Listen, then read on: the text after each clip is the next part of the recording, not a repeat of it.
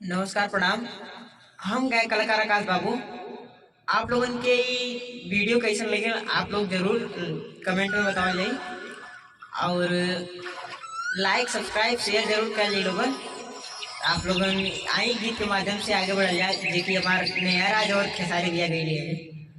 और 10 या 20 हटावा नंबर के ऊपर दिखावा अमाल बटे बगली में ता स्टेज के ऊपर आवा पैसे से ताल दे हम तोरी जवनिया के।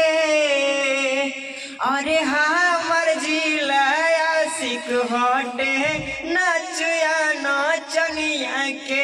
अरे हमर जिला आशिक हटे नचया नचनिया के। 10 या 20 हटावा नंबर के ऊपर देखावा अमाल बटे बगली में ता स्टेज के ऊपर आवा पैसे से ताल दे हम तोरी जवनिया के।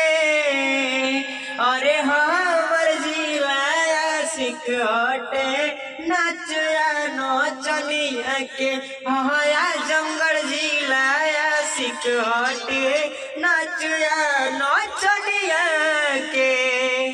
तो आप लोगों की वीडियो कैसा लगल आप लोग जरूर बताओ कमेंट में और भाई के सपोर्ट कर लिया, लाइक सब्सक्राइब शेयर जरूर कर लिया।